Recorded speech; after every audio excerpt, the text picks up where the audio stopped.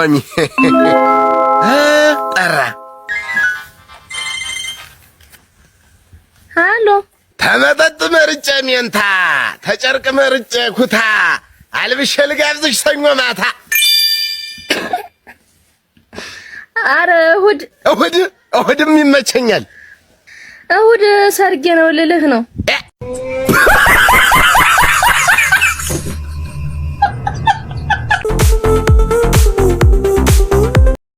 የእድል ጉዳይ እንግዲህ ተመልከቱት። እንደዚህ ነው። ይሄ ሰው እንግዲህ ቢይዘው ኖሮ ይሄንን ፌስታል ማለት ነው እሱ ተጠቃሚ ነበረ፣ ግን አመለጠው።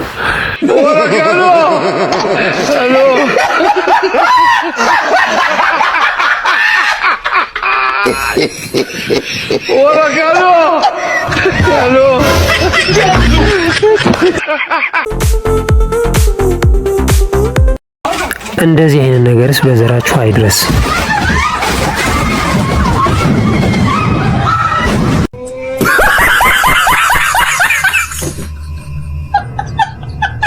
ይህ ሁሉ እንግዲህ የቴክኖሎጂ ውጤት ነው። ሁላችሁም ትገረሙበታላችሁ።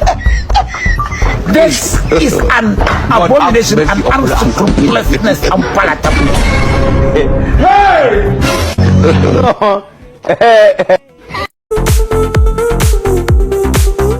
ምን ነው እንደዚህ ቅስም ነክቶ ሌቦች ደብድበው ነው እንጂ እና ዝም ብለህ ያለህን አሰጣችሁ ነበር። ኧረ ብያቸው ነበረ። እንግዲህ በጉልበታችን ሰርተን መብላት ነው የምንፈልግ ብለው ነው እንጂ እንዲህ ያደረጉኝ።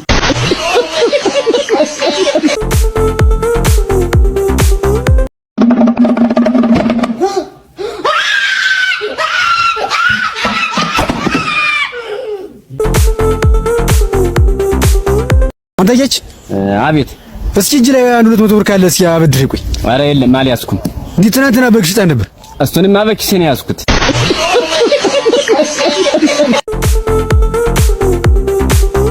እንስሳት ዓለም ጦርነት በእውኑ በሰው ላይ ሲከሰት ይህንን ይመስላል። እንግዲህ የእንስሳት ዓለም ጦርነቱ ይህንን እንዲህ እያስመሰለ ወደ እውነታውና ወደ ሰው ልጅ መጠፋፋቱ ይደርሳል ማለት ነው። ይሄ አሁን እንግዲህ የምታዩት ነገር በሙሉ በሰው ልጆች ላይ እየተከሰተና እየተከወነ ያለ ነገር ነው። ይሄው አሁን እንደምታዩት የቀልድ የሚመስለው ይህ የእንስሳት ዓለም ጦርነት በሰዎች ላይ እየተተገበረና የሰው ልጅ ሕይወት በቀላሉ እየጠፋ የሚገኝበት ሁኔታ ላይ ነው ያለነው ማለት ነው። ወቅቱ በዚህ በመሆኑ በጣም ያሳዝናል።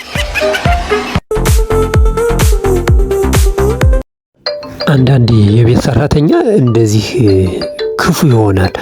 ግን ክፉ አይደለችም፣ አጋለጠቻት እንጂ ማለት ነው። በጸሎት ስም እያደረገች በባሏ ላይ ሌላ ስራ ተሰራበት የነበረችው አጋለጠቻት ማለት ነው። ምክንያቱም አንዱ ኤርፎን ከሷ ጋር ነው፣ አንዱን ኤርፎን ባሏ ጋር አደረገችው ማለት ነው። ባሏ ያኛው ከተቃራኒ የሚመጣውን ድምጽ በሙሉ እየሰማ ነበረ ማለት ነው። እንግዲህ እሷ ደግሞ ይሄው ባልየው የማይሰማ መስሏታል። ልጄ እንዴት ነው? ልጄ ደህና ነው ወይ? ቤቢን ተንከባከቢልኝ ነው የሚላት እንግዲህ በስልኩ ላይ ማለት ነውና እሷ ደግሞ እሺ ታለች። አሜን ነው የምትል ዝም ብላ ማለት ነው። ላለማሳጣት አሜን ትላለች። ግን ባልየው በኤርፎን እየሰማት ነው። ከወዲያ የሚመጣውን ድምጽ እሱ እየሰማ ስለሆነ በጣም እንግዲህ አጋልጧታል ማለት ነው። እንደዚህ አይነት ሴቶች አሉ። እንግዲህ እነዚህን ሴቶች እንግዲህ ምን እንበላቸው? ይህን ቤቢ የኔ ነው አደራሽ ተንከባከቢልኝ፣ ጠብቂልኝ እያላት ነው። እሷ ደግሞ እንግዲህ አሜን ትላለች ማለት ነው። ዝም ብላ አሜን ትላለች፣ ኦኬ ትላለች።